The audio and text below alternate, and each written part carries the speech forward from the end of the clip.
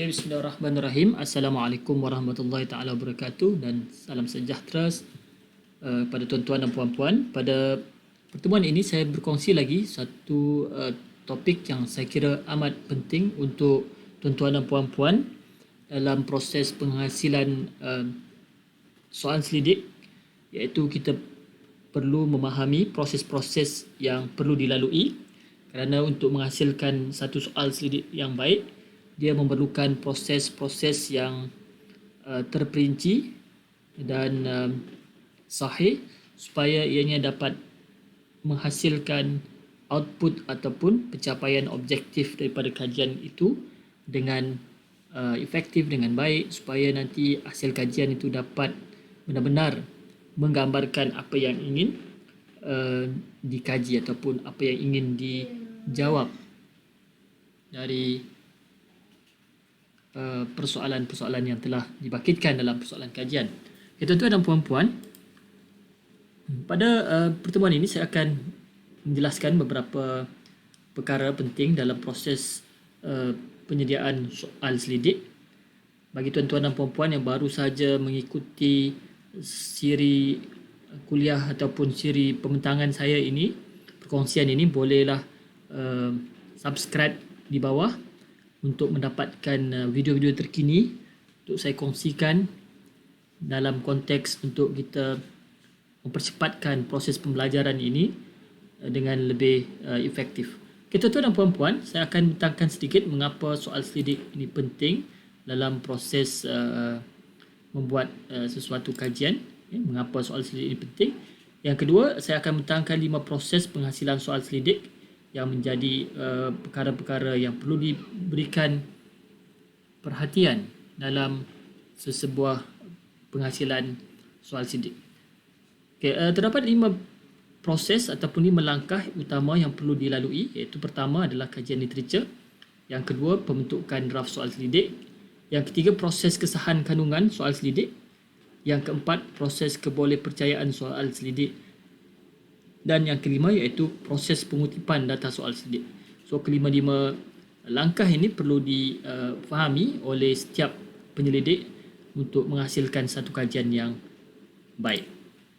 Okay, kita lihat dahulu apakah kepentingan sebuah soal selidik itu dilaksanakan. Yang pertama, soal selidik dapat membantu kita memahami sesuatu perkara dengan lebih baik. Yang kedua, soal selidik dapat membantu kita mengenal pasti sesuatu perkara atau isu itu dengan lebih sistematik, kan? Kerana kita dapat menghasilkan sesuatu itu dalam bentuk angka, dalam bentuk yang kuantitatif. So maknanya dia boleh dapat diinterpretasikan dengan baik, mengikut responden dan target group dan sebagainya. Yang ketiga, soal selidik mengesahkan persepsi dan pandangan mengenai sesuatu isu. Itu bila kita sebutkan soal selidik, kita perlu dia penting kerana dapat mengesahkan persepsi dan pandangan mengenai sesuatu isu. Ya, sebab sebelum ini mungkin isu itu ada dibincangkan, tetapi dari segi pengesahan betul ke perkara itu berlaku atau perkara itu tidak berlaku, dan berapa ramai penyokong yang berpersepsi sedemikian, itu tidak dapat dikenal pasti dengan sahih. Dengan adanya instrumen soal selidik ini, dia dapat membantu untuk kita mengesahkan persepsi dan pandangan mengenai suatu isu. Yang seterusnya, soal selidik dapat memberikan gambaran dan pandangan sebuah komuniti tentang sesuatu isu. Dan seterusnya, soal selidik dapat memahami sesuatu perkara secara sistematik. Soal selidik dapat membantu untuk membuat sesuatu penambahbaikan dalam kehidupan masyarakat. Kan? Misalnya kita nak mendapatkan pandangan, cadangan daripada suatu kelompok masyarakat. So dengan adanya soal selidik ini, ianya dapat membantu untuk kita memperbaiki daripada satu tahap kepada satu tahap yang lain.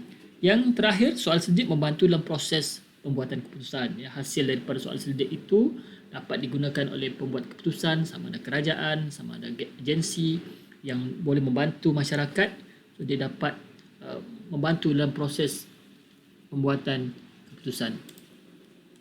Seterusnya, tuan-tuan dan puan-puan, seperti yang saya ungkapkan tadi pada awal pembentangan tadi, bahawa terdapat sekurang-kurangnya 5 proses yang perlu dilalui dalam proses penghasilan soal selidik.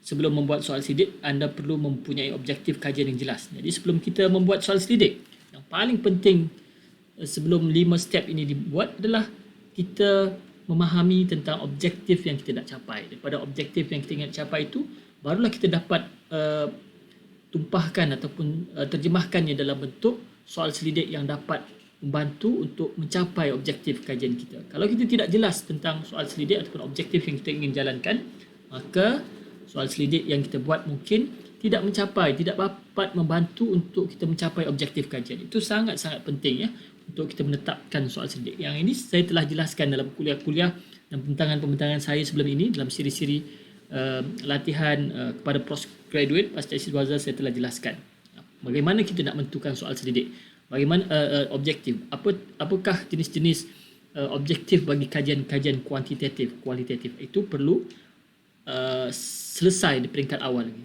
Okey. So terdapat 5 proses untuk menjalankan soal selidik. Yang pertamanya kajian literature ataupun kajian kepustakaan. Kita menilai atau meneliti kajian-kajian yang terkini tentang bidang yang ataupun skop kajian yang ingin kaji. Yang keduanya pembentukan draft soal selidik. Yang ketiganya proses kesahan. Yang keempat proses kebolehpercayaan. Yang kelima pengutipan data soal selidik. Okey. Seperti yang saya jelaskan tadi, identify the goal of your questionnaire is very important. Come up with a research question. It can be one question or several, but this should be the focal point of your questionnaire. So maknanya objektif kajian itu mestilah matlamat kajian itu mestilah mendasari kepada keseluruhan soal selidik yang kita jalankan. Seterusnya proses pertama. Kita pergi kepada proses pertama. Proses pertama iaitu kajian literature. Kajian literature membantu untuk mengetahui apakah dapatan terkini dalam bidang yang dikaji. Yang kedua, ini dapat membantu untuk kita membentuk konstruk atau tema utama yang ingin diselidiki. Yang seterusnya, selain itu juga kita dapat mengenal pasti tentang kewujudan soal selidik yang mungkin boleh kita gunakan ataupun adaptasikan dalam kajian kita. Ya, dengan adanya kajian literature yang kita baca, yang kita lihat dan yang kita kaji mengenai kajian-kajian terkini tentang skop atau bidang yang ingin kita kaji, kita mungkin dapat membentuk konstruk-konstruk baru ataupun tema-tema baru untuk kita kaji secara kuantitatif. Dan yang amat penting juga ianya sekiranya ada soal selidik yang sudah established ataupun telah diguna pakai yang boleh kita adaptasikan dalam konteks kajian kita, dalam konteks negara kita ataupun tempat lokaliti kajian kita itu, maka ia mungkin boleh membantu dalam proses kita menjalankan soal selidik. Okey, proses yang kedua, selepas kita mengkaji menggunakan soal selidik ataupun kita meneliti kajian-kajian terkini dalam bidang yang ingin kita kaji itu, seterusnya kita hasilkan draft. Proses penghasilan draft soal selidik. So, bagaimana nak menghasilkan draft soal selidik ini? Tuan-tuan dan puan-puan boleh melihat kepada soal-soal selidik yang soal selidik yang sedia ada dan melihat bagaimana format ataupun penulisan, layout, susun atur penulisannya. Dia ada bahagian demografi, ada bahagian-bahagian tertentu yang ingin kita kaji, konstruk ataupun tema-tema kajian yang perlu kita lakukan. Jadi draft soal selidik ini perlu dihasilkan terlebih dahulu, ya, dan proses ini akan mengambil masa sebab kita akan, yang sangat penting adalah untuk kita mencari item-item yang paling sesuai, mungkin berdasarkan kepada kajian literature yang kita baca. Mungkin kita boleh tentukan tema dan juga soal-soal soal selidik ataupun item-item soalan yang kita akan bentukkan. Tentukan tema konstruk utama soal selidik. Biasanya penentuan berdasarkan objektif kajian yang ingin dicapai. So maknanya biasanya kalau kajian-kajian yang kuantitatif, dia secara langsung kita boleh tentukan konstruk atau tema yang kita ingin laksanakan. Itu bergantung kepada objektif kajian tuan-tuan dan puan-puan. So itu adalah proses awal dalam kita menghasilkan draft soal selidik. So pertama sekali kita kena tentukan apa tema soal selidik yang ingin kita buat. Apakah konstruk yang akan dibina dalam penulisan soal selidik. Itu amat penting dalam penulisan ataupun dalam kita mendraft soal selidik yang kita ingin tulis. Soal selidik mempunyai beberapa bahagian utama seperti demografi, dan diikuti dengan tiap-tiap konstruk atau elemen yang ingin dikaji. Tuan-tuan dan puan-puan, faham demografi ini yang membincangkan tentang jantina, tentang strata ataupun latar belakang responden tersebut. Dan demografi ini penting juga untuk melihat dari aspek responden tersebut, adakah responden itu betul-betul boleh memberikan jawapan terhadap persoalan-persoalan yang ingin kita kaji. Itu penting. Dan diikuti dengan tiap-tiap konstruk dan elemen yang ingin dikaji, dan soal sidik yang baik ialah soal sidik yang mempunyai bilangan item yang mencukupi.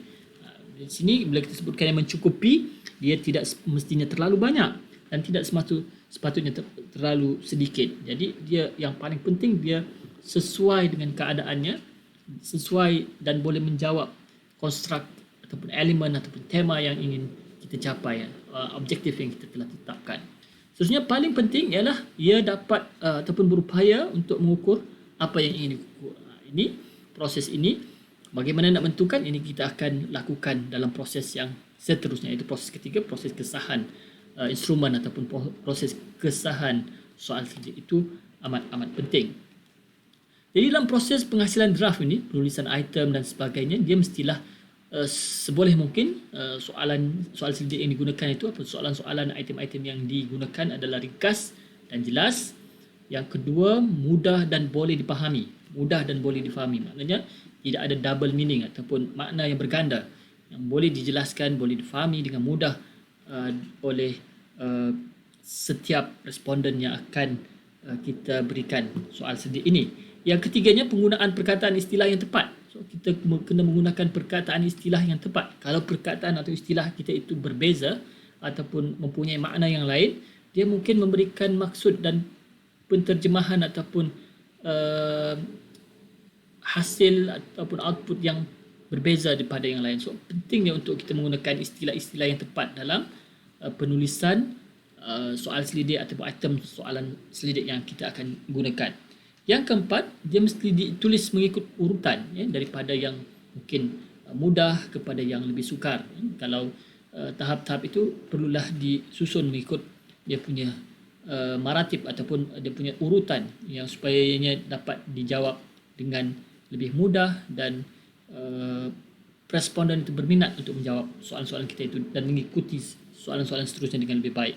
Yang seterusnya, arahan yang mudah dan boleh dipahami. Ini juga amat penting kerana arahan-arahan yang tidak yang bercelaru, yang tidak boleh difahami, akhirnya akan menyebabkan hasil kepada soal selidik itu tidak dapat memberikan output yang baik. Okey. Ini antara lain prinsip-prinsip ataupun prinsip-prinsip yang boleh kita aplikasikan dalam penulisan soal selidik. Yang pertama, choose a simple over specialized words. Choose as few words as possible to pose the question. Use complete sentences to ask question. Avoid vague quantifiers when more precise estimate can be obtained. Principle of good question.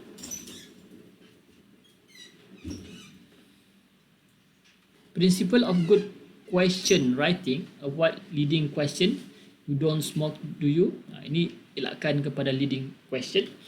Dan remember, people are likely to over-report being a good citizen, present and positive affirmation and the report seriousness, quality of confidentially might help. So ini antara prinsip-prinsip yang perlu digunakan ataupun diaplikasikan dalam kita menulis item soal selidik. Proses ketiga ialah proses kesahan soal selidik.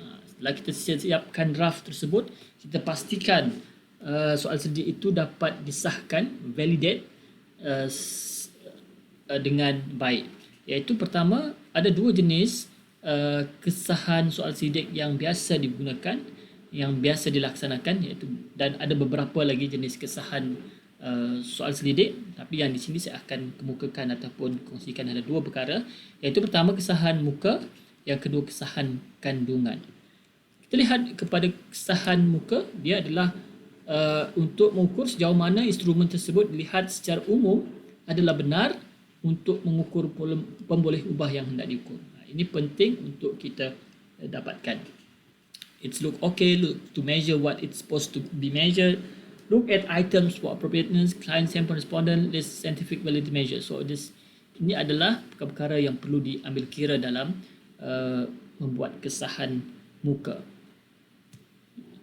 So antara jawapan-jawapan yang mungkin ataupun dalam proses kesahan muka tersebut, banyak yang mungkin melihat kepada jenis soalan yang dikemukakan. I don't understand this question. The option I want isn't available. Why is they asking about that? Dan lain-lain. So ini adalah respon-respon daripada proses kesahan muka yang telah dilakukan. Okay. Seterusnya yang juga penting iaitu proses kesahan kandungan ataupun content validity. Dan content validity ini dia mengukur dan melaporkan kesahan kandungan sesuatu instrumen adalah intipati utama dalam kajian. Kesahan kandungan penting bagi menentu sahkan kualiti pengukuran yang tinggi.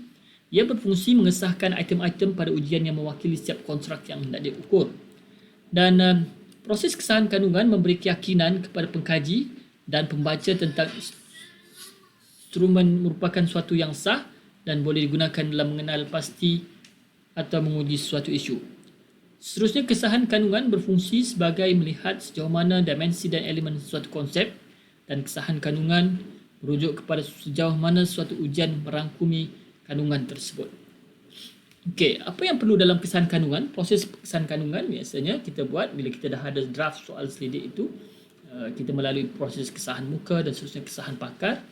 Kita minta beberapa pakar untuk menyemak kandungan-kandungan yang terdapat dalam item soal selidik ataupun item-item soal selidik dan konstruk yang telah kita bina.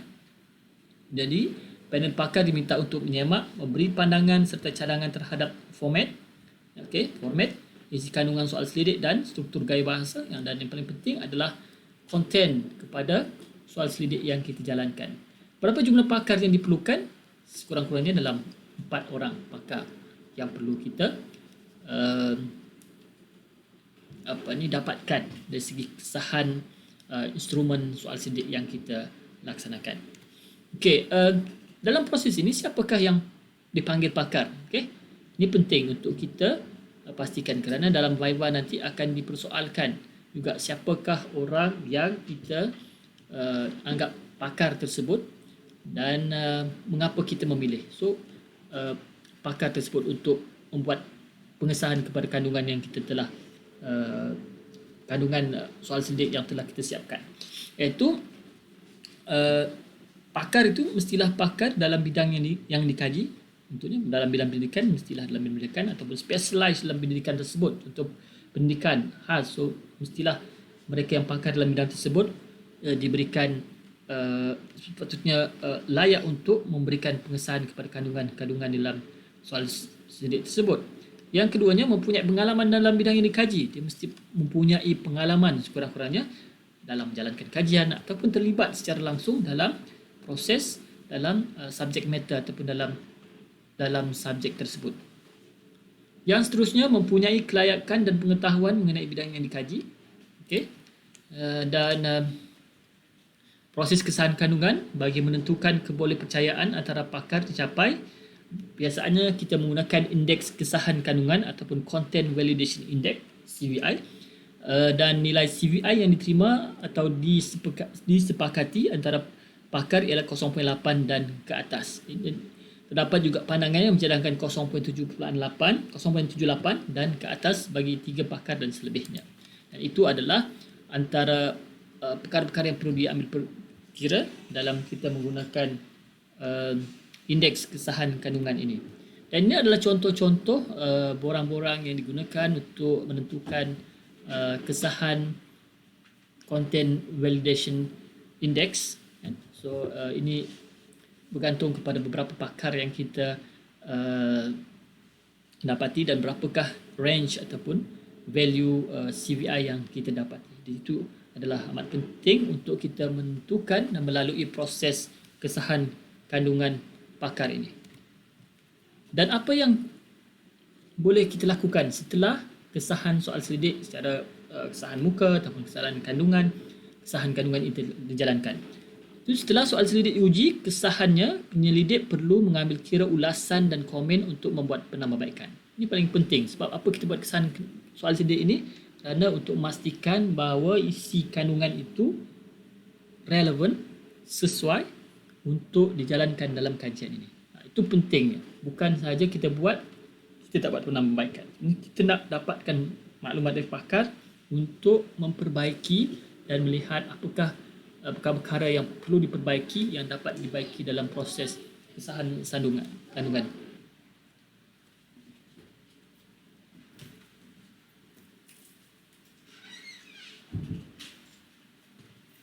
Sekiranya soal selidik tersebut mempunyai ataupun memerlukan pembetulan major, pembetulan yang banyak, maka penyelidik hendaklah membuat penambahbaikan dan boleh mengulang proses ini sehingga mencapai tahap kesahan yang baik ataupun tahap CVI yang boleh diterima pakai. Itu adalah perkara-perkara yang perlu diberikan pertimbangan dalam kesahan soal selidik. So ini proses-proses ini perlu dilaporkan dalam proses penulisan soal selidik.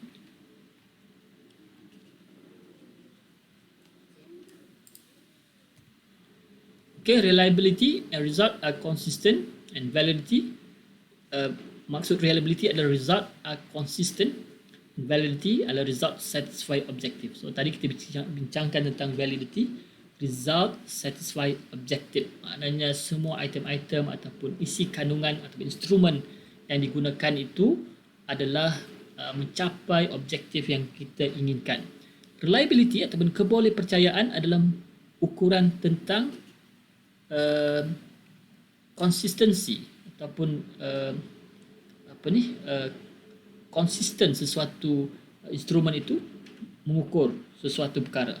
Maknanya bila digunakan untuk instrumen tersebut digunakan untuk kali yang kedua, ketiga dan kepada responden yang mempunyai latar belakang yang sama, memberikan output hasil yang lebih kurang sama ataupun similar. So itu yang disebutkan sebagai reliability. Dan proses keempatnya itu kebolehpercayaan soal selidik, sebab penting reliability and validity ini dikombinasikan dalam sesuatu instrumen soal selidik untuk memastikan bahawa soal selidik yang dijalankan itu adalah sahih.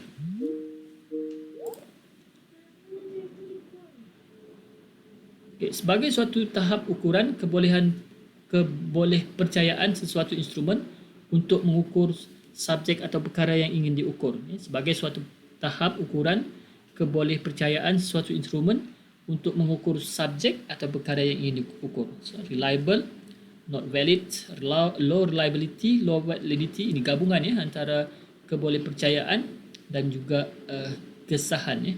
Reliable and valid menunjukkan bahawa sasaran kepada sesuatu kajian itu adalah tepat. Jadi bila disebut kebolehpercayaan soal selidik, ia mengukur suatu tahap sebagai suatu tahap ukuran kebolehpercayaan sesuatu instrumen untuk mengukur subjek atau perkara yang ingin diukur. Okey.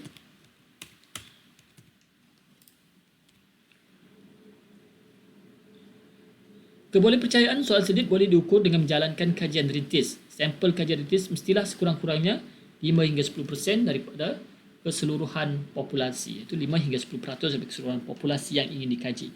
Data kajian rintis kemudiannya dianalisis untuk menentukan nilai kebolehpercayaan. Jadi apabila data kajian rintis kemudiannya yang kita dapatkan tadi, kita perlu analisis untuk menentukan nilai kebolehpercayaannya. So ini menggunakan pendekatan statistik. Okey. Ini adalah kaedah menggunakan SPSS, langkah analisis reliability ataupun kebolehpercayaan menggunakan SPSS. Tuan-tuan dan puan, kalau SPSS boleh buka SPSS, kita tekankan analyze, kita pergi ke scale, kita tekan reliability. Reliability akan keluarlah data-data di sini dan seterusnya tekan statistik dan kita pilih item, scale and scale if item related and correlation. Ini adalah 3 langkah penting dalam membuat analisis Cronbach alpha ataupun reliability analysis. Dan hasilnya kita akan dapat reliability statistik yang menunjukkan nilai Cronbach alpha dan menunjukkan juga nilai uh, tiap-tiap correlation bagi tiap-tiap item yang digunakan. So, dan sebagai panduannya, mengikut Steiner 2003, dia menunjukkan berapakah nilai Cronbach Alpha atau CA ini yang terbaik yang boleh digunakan untuk menunjukkan tahap reliability ataupun kebolehpercayaan soal selidik, iaitu 0.5 ke bawah unacceptable, 0.5 hingga 0.6 adalah agak lemah, 0.6 hingga 0.7 boleh diterima, 0.7 hingga 0.9 adalah baik, dan lebih daripada 0.9 adalah sangat cemerlang. Walau bagaimanapun, terdapat juga isu berkenaan dan bila terlalu tinggi Cronbach Alpha 0.9 tersebut, terdapat isu-isu berkaitan dengan mungkin item yang digunakan dan sebagainya. Itu perlu juga dilihat semula. Tapi ini mungkin tuan-tuan dan puan-puan boleh dapatkan maklumat yang lebih lengkap bagaimana kita nak menentukan nilai-nilai yang terbaik ini dalam siri-siri kursus ataupun latihan berkaitan dengan statistik. Tapi inilah secara lazimnya digunakan, iaitu pada range 0.7 hinggalah 0.9 ke atas. Diterima sebagai kebolehpercayaan yang berada pada tahap yang baik. Dan proses kelima adalah proses pengutipan data soal selidik, iaitu yang pertama kita perlu tentukan populasi dan sampel. Kita boleh menggunakan tabel Krigén dan Morgan dan lain-lain kaedah statistik yang boleh digunakan untuk menentukan jumlah populasi sampel, untuk menentukan jumlah sampel yang diperlukan. Yang ketiga, sebelum kita membuat pengutipan data kepada responden, kita perlu mengikuti prosedur-prosedur sekiranya berurusan dengan jabatan kerajaan, jabatan pendidikan, sekolah-sekolah dan sebagainya. Kita perlu mengikuti prosedur-prosedur yang telah ditetapkan, dan juga kita perlu maklumkan tentang kerahsiaan data-data yang mungkin akan melibatkan sesuatu pihak itu. Kita perlu maklumkan tentang keselamatan data tersebut untuk tujuan penyelidikan. Kutip data dan pastikan data adalah dari sumber yang sahih, dan cara pengutipan data sama ada secara online, secara dalam talian, secara bersemuka, face to face, di mana kita boleh berjumpa dengan responden dan terus menerangkan tentang soal selidik yang kita jalankan. Social media, di mana kita boleh meletakkan link di dalam kumpulan-kumpulan social media yang relevan dengan sampel yang kita ambil, secara telefon dan lain-lain, melalui email dan sebagainya. Itu adalah pendekatan bagaimana kita nak mendapatkan approach kepada responden yang kita ingin dapat.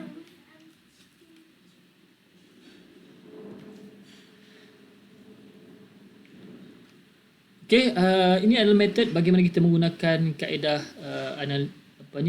soal selidik menggunakan secara atas talian. Kita bolehkan dapatkan email, telefon responden, kan? Kita boleh dan seterusnya kita sediakan template surat, sediakan online survey dan menggunakan Jotform, SurveyMonkey, Google Form dan sebagainya, dan kita integratekan dalam satu email ataupun satu teks, mana kita boleh menghantarnya secara menggunakan email, WhatsApp dan kumpulan sosial media di dalam Facebook, di dalam Instagram ataupun Twitter yang berkaitan dengan responden soal selidik yang kita ingin capai, ataupun dalam kumpulan-kumpulan WhatsApp group responden yang kita ingin capai.